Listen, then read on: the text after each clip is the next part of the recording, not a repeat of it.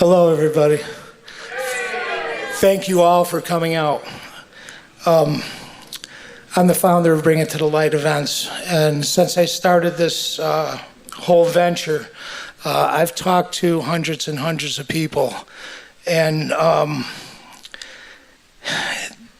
the stories that I've heard about addiction, between having a father or a mother, son, daughter, cousins, friends, family members, it's unbelievable.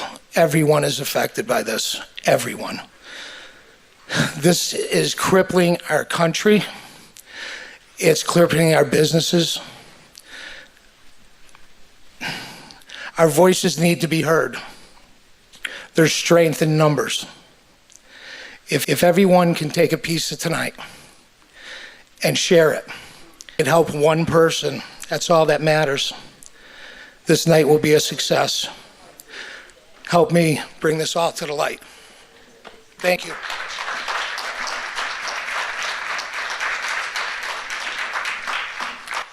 Give it up for Bill Reaney. What I want to do next is introduce one of our speakers. Her name is Robin Shaverdian, and she's from the medical center. She's here to talk to us. Thank you. Hi. Thank you all for being here tonight, for letting me be here. It's such an important event, and if we get to mix it in with like some great music, that's always a good thing. So, as I was introduced, my name is Robin Shaverdian, and I am a board-certified art therapist, and I am a mental health counselor, working mostly with people who have dual diagnosis, which is what I refer to anybody who has an addiction, because you can't have an addiction without suffering from other things. You can't have it without being depressed or anxious or having trauma. They just kind of go hand in hand. So I've been able to see addiction at kind of all the different levels, stages, presentations. I've been in the emergency room. I've worked inpatient unit. I've worked intensive outpatient. I've worked in regular outpatient. I've worked with individuals, groups, families. So I've had a little taste of everything that goes on with addiction, and it's not fun, and there is a real crisis out there.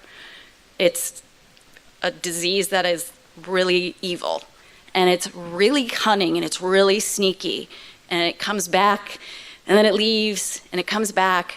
So it's really important that we realize how many different ways it can affect us, and that means we have to have a lot of different types of treatment, and people have to put a lot of things in place.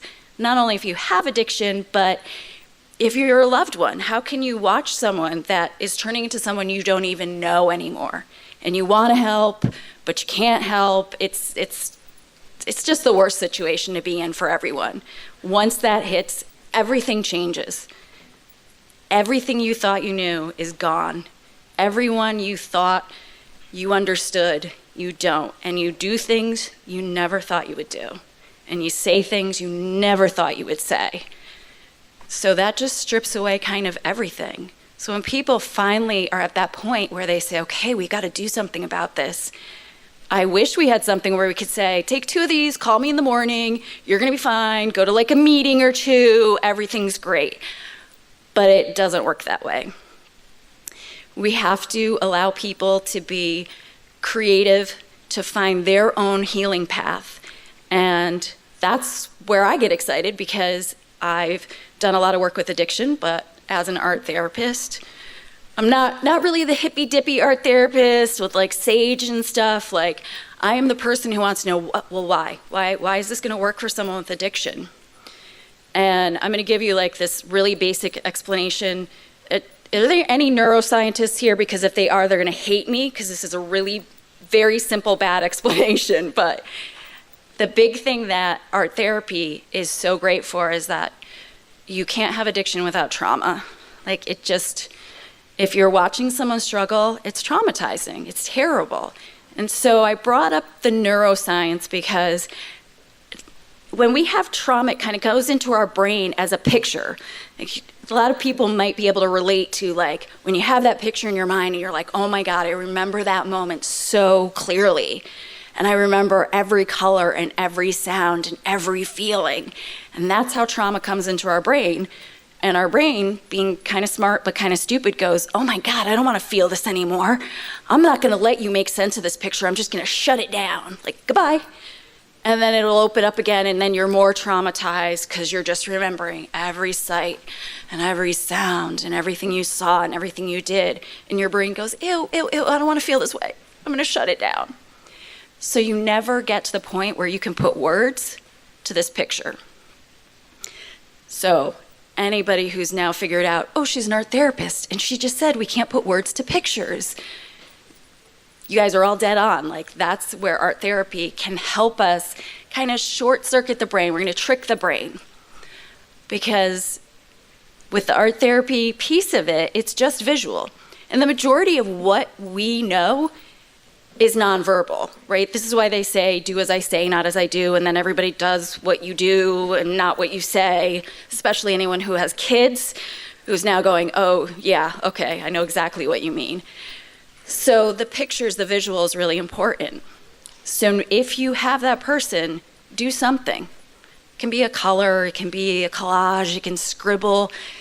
It doesn't have to be perfect. It just has to let you look at that picture that was in your head, and now it's coming back in your brain and you can make sense of it. Now you can look at it and go, oh wow, maybe something really bad happened in my addiction, but that's not me. I'm still a mom, I'm still a dad, I'm still a brother, a sister, a musician. I'm still all of those things.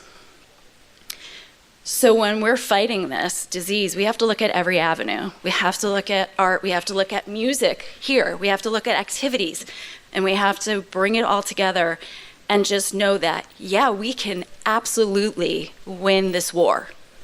We're gonna lose some battles along the way, but we can win this war by just pulling all of these resources together and having people like you come out and go, I'm willing to listen to someone babble for a little while before I listen to music so I can learn something. You guys are very good with that.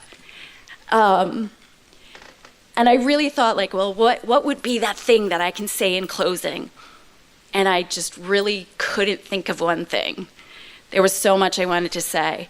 And so I really just thought that I would close with, it's a quote that I found in high school and I've lived by and I've shared with a lot of my folks that I've worked with, a lot of the groups and a lot of the families, that in the middle of this disease, you're gonna have starts and stops, you're gonna hit speed bumps, you're gonna take 2 steps forward and 1 step back, but you have to keep going. And the quote that I always lived by was, you can have a fresh start anytime you choose. Because this thing that we call failure is not falling down, but staying down. And you will always be able to get up and try again. So thank you guys all for letting me come and talk. Thank you all for being here and supporting this really important cause. And thank you to our organizers for coming and bringing this to the light. We don't have to live in shame and stigma anymore. We can talk about this and bring all of our strengths together. So thank you very much.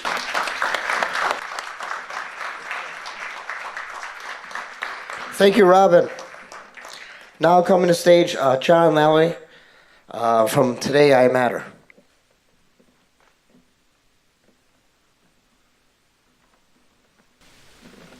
Thank you all for being here. I want to thank Bill Reaney for all his efforts and hard work and for good heart. He's in the right place and he's trying to do something good here for all of us.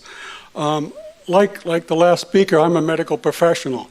I'm a psychiatric nurse practitioner. I've been doing work with addiction and mental illness for 36 years. So I thought I've seen it all. But a little over 3 years ago, my experience changed dramatically. My 29-year-old son, Tim, died from a heroin overdose. Tim was a great guy. He was a musician. He would love to be here tonight. But he struggled for many years. He struggled with depression. He struggled with anxiety, like a lot of us do. And he found solace, unfortunately, in pills that many of us have at home in our medicine cabinets. Some of us have gotten from doctors and prescribers, OxyContins, Percocets, Vicodins, and those type of things. For Tim, who had severe anxiety and depression, he had a hard time finding a good day until one day he got introduced to those kind of pills. And you know what? They helped. He was like, wow, I can relax. I can go to work without having a panic attack. And it helped. But you know what? Like many of you know, and I appreciate you being here for this cause, it sneaks up on you. No one sets out to be an addict. No one's ever said, I don't care if I'm an addict. Everyone who starts says, I got this. I can handle this. I know how to do this. Tim used to say, don't worry about me, Dad. Overdose only happens to stupid people. I'm not stupid. You know, but he was wrong. And you know, I don't have too long tonight, but what I want to talk about is one of the barriers to changing this is, I think, shame and stigma. You know, it's already been mentioned tonight how difficult that is. But let me give you an example. Imagine on your street where you live, on one side of the street, there's a home with a family who has a young person struggling with a terminal form of leukemia. And that's really tough on the family. This person could die. And they're trying to figure out how to get through, and how the family's all involved. And what does the neighborhood do for this family? You know, we're good people, so neighborhoods rally together. I'll go over and mow their lawn, or maybe I'll watch the kids so mom can go to the hospital. Or we'll do a spaghetti dinner, we'll do a fundraiser so mom can work part-time and take care of the kids and get to the hospital to take care of this person. It's a wonderful thing. It brings out good things in people. But what happens if across the street there's a family who's struggling with addiction or severe depression? Do you think that same thing is happening? No, you guys know it's not. No one's bringing over a casserole, is the saying, right? Instead, they're shunned. I've heard people say, don't go over there. Those are bad people. Well, some of you might know this, but imagine living like that. Imagine living with that shame and stigma and the embarrassment of being able to speak out. That's what has to change. My group, Today I Matter, we used my son's name, Tim, to come up with that slogan, because we want to show people that everyone matters when you're struggling. For the last 2 years, we've had a vigil at the State Capitol building on August 31st, which is International Overdose Awareness Day. And the second year we had it, a woman came up to my wife, and she was crying. And she said, I wanted to come last year, but I couldn't come. She lost her son 2 years before to heroin overdose. But what she said was, last year, I had to tell everybody he died from asthma. He dies from asthma. Imagine that. Imagine this poor woman had to live. She couldn't reach out for support. She couldn't get help from anybody in her grief of losing her child because she was ashamed and embarrassed. And that's what has to change. You know, we have to understand a couple of things. One, that this is a medical illness. It was determined that back in the 1950s, that addiction is a medical illness. Now, not drug abuse, but addiction. Once you get addicted, your brain changes. As Robin was saying, people act differently and behave differently. Why? Because their frontal lobe, their brain is affected. Their impulse control, their judgment, and their reasoning is all skewed. So people like my son, he stole from me. He lied to me. He did things I never would have thought my son would do to me. But he was not in his right mind. When you're addicted, you're not in your right mind. And people who are that kind of addicted, every day, literally might feel like, I'm going to die today. I must struggle to get through the day. I have to get my next dose.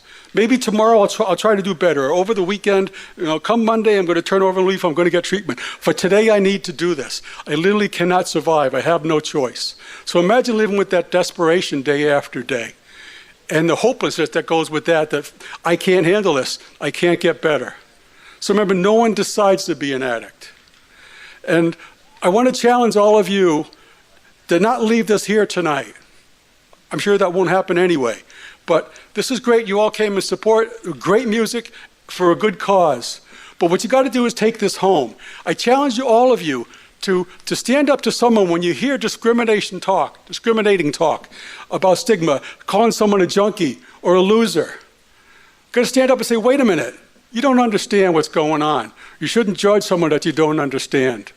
Right? So I challenge you all to do that. I challenge you all to go home into your towns and demand that schools have adequate training for students about drug addiction and to talk about the realities of drug use.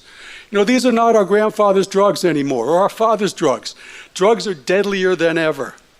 They found Xanax, what looks like a Xanax pill on the street that's tainted with heroin.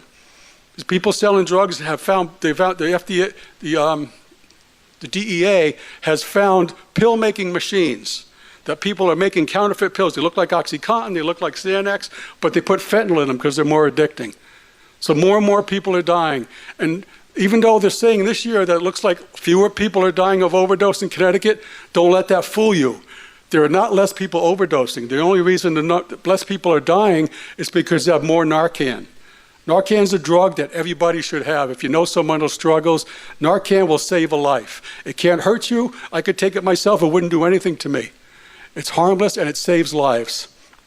So I challenge of all you to stand up to people who are spreading stigma and shame and talking negatively about people who are struggling. These are good people. I'm sure all of you know someone who struggles with some kind of addiction, and you know they're good people. So we got to stop talking about that. So we got to use opportunities like this to get together, to talk, to support each other, but spread it outside. Go home to your neighbors, to your family, to your coworkers, and see if you can spread a little bit of this love and understanding and compassion for people. Thanks for letting me talk.